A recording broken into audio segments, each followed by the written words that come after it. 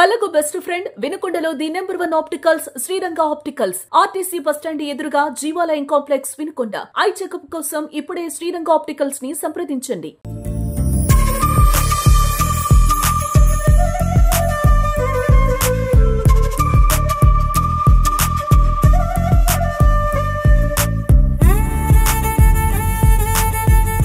శనేశ్వరాయ నమః. మన వినుకొండ పట్టణం నగర శివార్లో నర్సాపేట రోడ్డు నందు చెక్కవాగు పక్కన నూతనంగా నిర్మాణమై పూజలు అందుకుంటున్నటువంటి మహిమాన్విత శ్రీ జ్యేష్ఠలక్ష్మి సమేత శ్రీ శనేశ్వర స్వామి దేవస్థానం నందు మొట్టమొదటిసారిగా ఈ స్వామి వారి యొక్క శనిదేవుని యొక్క దీక్షలు అంటే శనిదేవుని మాలను ధరించడం జరిగింది. మొట్టమొదటిసారిగా మన వినుకొండ పట్టణంలో శ్రీ జ్యేష్ఠలక్ష్మి సమేత శ్రీ శనేశ్వర స్వామి వారి కొలువై ఉన్నారు కాబట్టి మన జాతకంలో కూడా సుమారు 12 రాశుల్లో ఎప్పుడు కూడా ఒక 7 రాశుల వారికి ఎప్పుడు కూడా ఏలి నడిచిన అష్టమ అర్ధాష్టమ కంటకశీలు ఉంటాయి కాబట్టి సుమారు ఒక 10 మంది జనాభా ఉంటే 10 మందిలో 7 శనిపీడితులే కాబట్టి స్వామి వారి యొక్క దీక్షను ఒక 19 రోజులు స్వీకరించి ఈ యొక్క నియమ నిబంధనలతో స్వామివారి దీక్షను పాటించి ఈ రోజు ఈ ఇరుముడి కార్యక్రమాన్ని స్వామివారి సమక్షంలో జరుపుకుంటూ ఉన్నాము. ఇది శ్రీ జ్యేష్ఠలక్ష్మి సమేత శనేశ్వర స్వామివారికి సంబంధించినటువంటి ఇరుముడి. దీంట్లో అమ్మవారికి పసుపు కుంకాలు, తర్వాత అమ్మవారికి రవికి గుడ్డ, అమ్మవారికి కూడా కొబ్బరికాయ ఉంటుంది.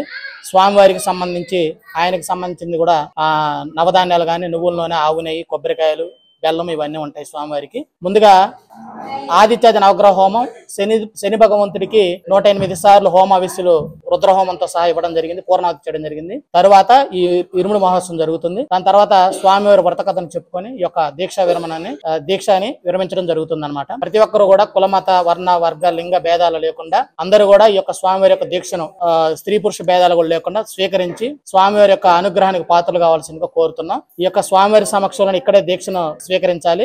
ఇక్కడ విరమణ కూడా ఇదే దేవస్థానంలో జరుగుతుంది కాబట్టి అందరూ కూడా ఈ యొక్క అవకాశాన్ని ప్రతి ఒక్కరు వినియోగించుకోవాలి. అయితే స్వామివారి యొక్క దీక్షను శ్రావణ మాసంలో ధరించడం వల్ల అత్యుత్తమ ఫలితం వస్తుందని సాక్షాత్తు శని భగవంతుడు దశరథ మహారాజుకు చెప్పారు. కాబట్టి ప్రతి ఒక్కరు కూడా శ్రావణ మాసంలో ఇప్పటి వరకు మనకి శ్రావణ మాసంలో లక్ష్మీదేవి పూజ, మహాలక్ష్మి పూజ, వరలక్ష్మి పూజలు అని చెప్పేసి అనుకుంటున్నాం. వాటితో పాటుగా శ్రావణ మాసంలో శని భగవంతుని పూజిస్తే సుమారు 1,000 రెట్లు ఫలితం ఉంటుందని సాక్షాత్తు శని భగవానుడు చెప్పాడు. కాబట్టి ఆ శ్రావణ మాసంలో ఎప్పుడైనా కానీ ఆ నెలలో ఆ 30 రోజుల కాల వ్యవధిలో 19 రోజులు స్వామివారి దీక్షలో ఉండి శుచిగా నియమనిష్ఠులుగా బ్రహ్మచారి అయి నేల పడక వేసి రోజుకు ఒక పూట భోజనం చేసి ప్రతిరోజు ఉదయం సాయంత్రం స్థలస్నానం చేసి కాళ్ళకు చెప్పులు లేకుండా ప్రతిరోజు స్వామివారి దర్శనాన్ని చేసుకొని చివరి రోజున స్వామివారికి ఇరుముడి సమర్పించినట్లయితే మనకే కాకుండా మన కుటుంబంలో ఉన్నటువంటి వాళ్ళకు కూడా ఆయురారుగా అష్టైశ్వర్యాలతో పాటు దారిద్ర్య దుఃఖ బాధలు, శత్రు బాధలు, మన ఎక్కడన్నా డబ్బులు ఇరకపోయి అవి రాకపోయినా గానీ అటువంటి బాధలు ఎవరికన్నా ఉన్నా గానీ అటువంటి గానీ శత్రు బాధలు, అపమృత్యు దోషాలు ఇవన్నీ కూడా ముఖ్యంగా శని భగవంతుడు ఆయుష్ కారకుడు కాబట్టి ఈ యొక్క మాలను స్వీకరించడం వల్ల అటువంటి